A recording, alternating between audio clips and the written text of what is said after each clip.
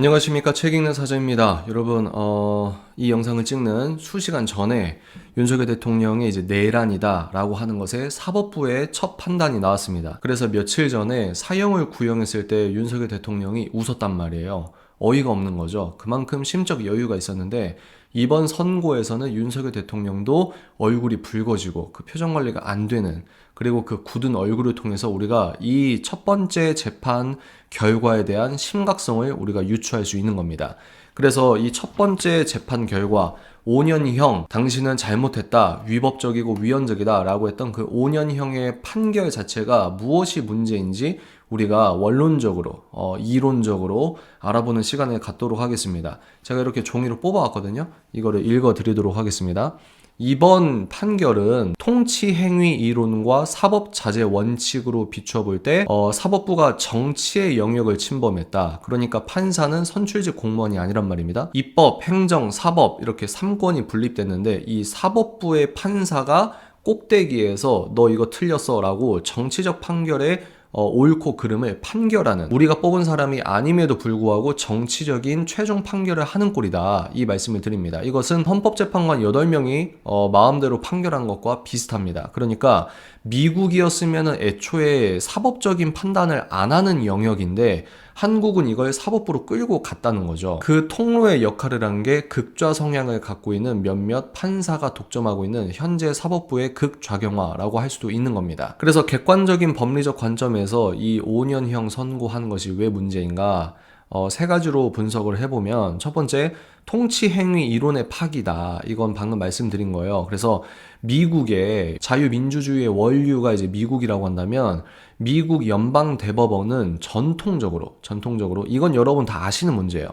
정치적 문제에 대해서 사법심사를 자제한다는 거예요. 그러니까 이건 정치의 영역이지 판사가 개입을 하면 안 된다, 되도록 자제하자 라고 하는 법률적인 어떤 보편적 어떤 흐름이 있다는 겁니다. 그래서 여러분 이 말씀 많이 들어봤을 겁니다. 대통령의 비상계엄 선포나 이런 외교적 결단은 고도의 정치적 행위이기 때문에 이것은 선거를 통해서 국민들이 심판을 하는 거지 이걸 판사가 재판을 할 건 아니라는 원칙이 있다는 거예요. 그러니까 윤석열 대통령의 계엄령이 잘못됐다 그러면 윤석열 대통령은 임기를 마칠 때까지 가되, 예를 들어 6월 달에 있을 지방선거에서 참패를 했다, 그게 국민들이 심판을 할 거지 사법부가 이걸 너 형사재판에서 너는 죄질이 약해 이런 식으로 판결하는 게 아니라는 겁니다. 그런데 지금 대한민국 법원에서 뭐가 문제냐? 계엄 선포 자체가 고도의 정치적 행위이지만 국민의 기본권을 침해함으로 사법심사의 대상이다 라며 이 원칙을 깨트렸다는 거예요. 그래서 핵심이 뭐냐면 법원이, 사법부가 그 당시가 계엄을 선포할 만큼 위급했느냐, 이거는 정치인이 판단을 하는 거예요.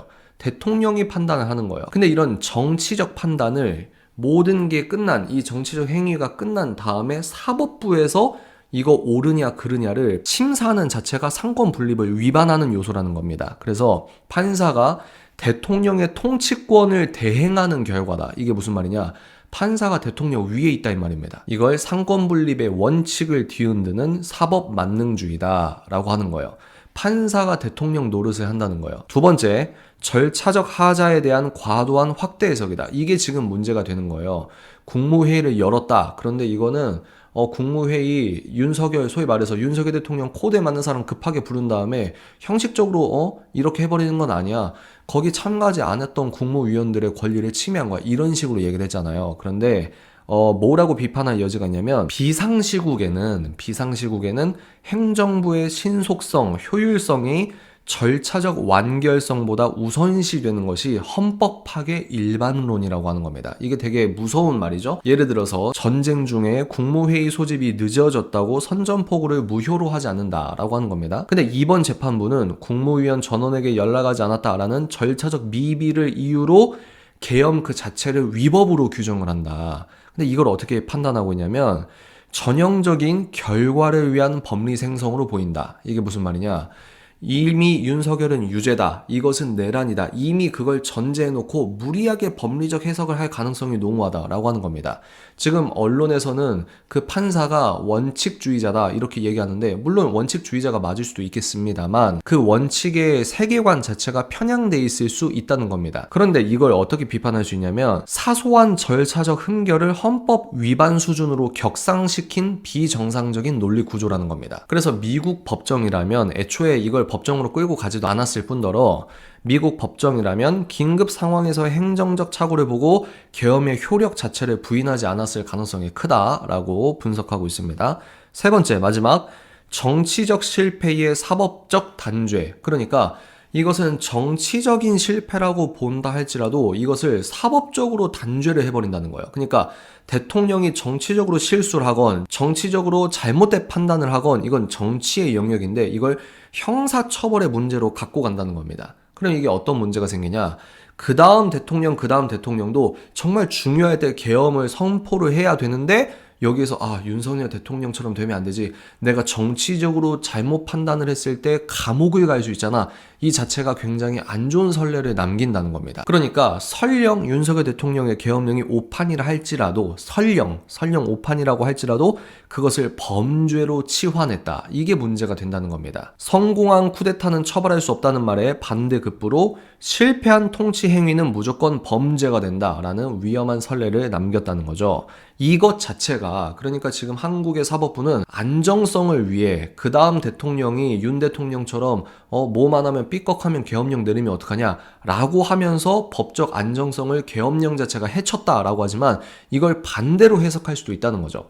법적인 안정성을 해친 것이 이번 판결이라고 볼 수도 있는 겁니다. 그러니까 향후에 어떤 대통령도 위기 상황에서 과감한 결단을 내리지 못하는 사법부의 정치, 사법의 정치화로 해석될 수도 있다는 거예요. 그러니까 앞으로 비상시국이라고 판단을 하는 이 이재명 같은 잡범 말고요, 우파 대통령이 만약에 뽑혔어요. 그런 시기가 올진 모르겠지만 일단 그 사람이 이거 진짜 위기인데 라고 생각을 해도 나 감옥 갈 수 있잖아 라고 하는 겁니다.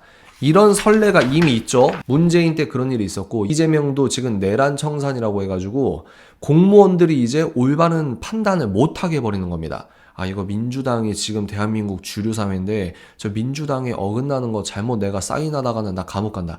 그러니까 행정부 공무원들이든 군대의 군인들이든 이제 민주당의 어젠더를 벗어나는 것들을 심정적으로 독립적으로 판단을 못하게 되는 겁니다. 그래서 결과적으로 여러분, 정치적 승자가 패자를 법의 이름으로 확인 사살하는 과정에 가깝다라는 비판이 가능하다고 합니다. 정치적 절차적 흠결을 내란죄의 근거로 삼는 것은 과도한 법적 기교다라고 하는 거죠.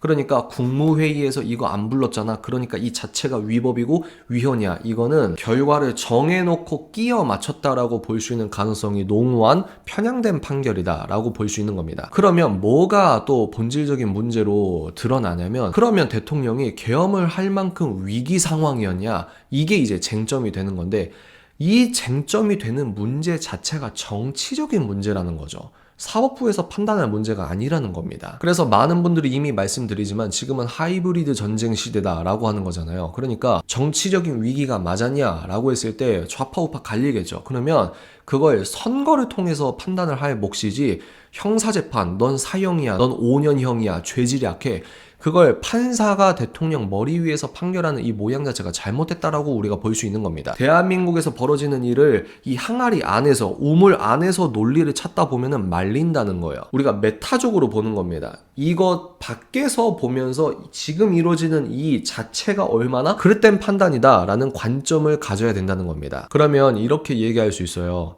야, 그건 미국의 논리지 왜 미국의 논리로 한국을 자꾸 갖고 오냐라고 했을 때, 이것도 어리석은 게 무엇이냐면 지금은 글로벌화 시대입니다. 그러면 이란의 문제는 이란에서 아무리 끔찍한 인권 유린이 있어도 국제사회가 그걸 규탄하고 미국이 지금 들어간다 안 들어간다 하는데 그 자체도 그럼 말이 안 되는 겁니까? 물론 자국의 고유한 통치 영역이 있지만 그럼에도 불구하고 이 차가운 현실은 국제정세 속에서의 존재하는 대한민국이다 이 말입니다.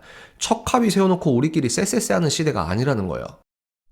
윤석열 대통령께서 그렇게 얼굴이 새빨개질 만큼 당혹스러운 판결이 맞습니다. 왜냐하면 이것을 이제 사법적으로까지 유죄다, 위법이다 라고 해버리면 그 다음 논리 생성에 계속해서 위법적인 요소로 끌고 갈 수 있기 때문입니다. 그래서 많은 분들께서 지금 2월 19일에 있을 윤석열 대통령 1심 선고일에 이렇게 재판이 나와버리면 이거 기각이 되거나 이거 무죄가 되기 힘든데? 라고 하는 그 위기의식을 윤석열 대통령께서 느끼신 건 아닌가. 내란 재판부에서 판결하기도 전에 이런 판결이 나왔다는 겁니다. 이제 윤석열 대통령과 계엄을 옹호했던 그 모든 간접 세력이라고 할까요? 여기선 공무원도 있을 수 있고 시민들도 있을 수 있고 2차, 3차적인 사람들, 단체들도 다 위법, 위헌이라고 판결할 수 있는 논리가 열려버린 겁니다. 충분히 예상을 할 수 있었지만 이게 현실로 다가온 건 또 다른 문제거든요. 여간 그렇습니다. 이 심각한 상황에 우리가 힘을 모아야 한다. 힘을 모아야 한다는 건 우리 스스로 올바른 공부를 하고 그 공부한 내용 그리고 내가 느끼는 것을 공개적으로 당당하게 입을 열어 말을 하고 주변 사람들을 깨워야 된다는 것을 의미합니다. 요즘에 쇼츠 영상 위주로 찍고 있으니까요. 여러분들 쇼츠도 많이 봐주시길 바랍니다. 다음 영상에서 찾아뵙겠습니다.